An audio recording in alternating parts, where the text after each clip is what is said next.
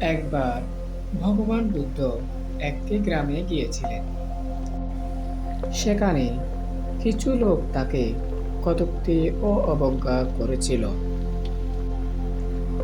তাদের কটূক্তি শুনে ক্রুদ্ধ হয়ে প্রতিশোধ নেওয়ার কথা ভাবছিল।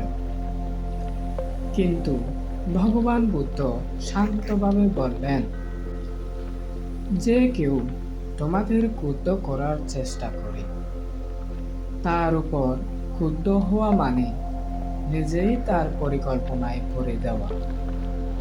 তুমি যদি শান্ত থাকো, তুমি বিজয়ী।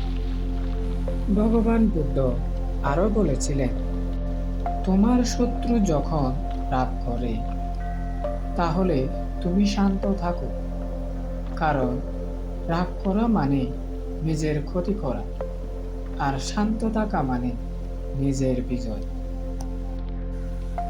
বিপদ ও কষ্ট জীবনে আসবেই, কিন্তু আমাদের মন শান্ত থাকলে সেই বিপদ আমাদের ধ্বংস করতে পারে না।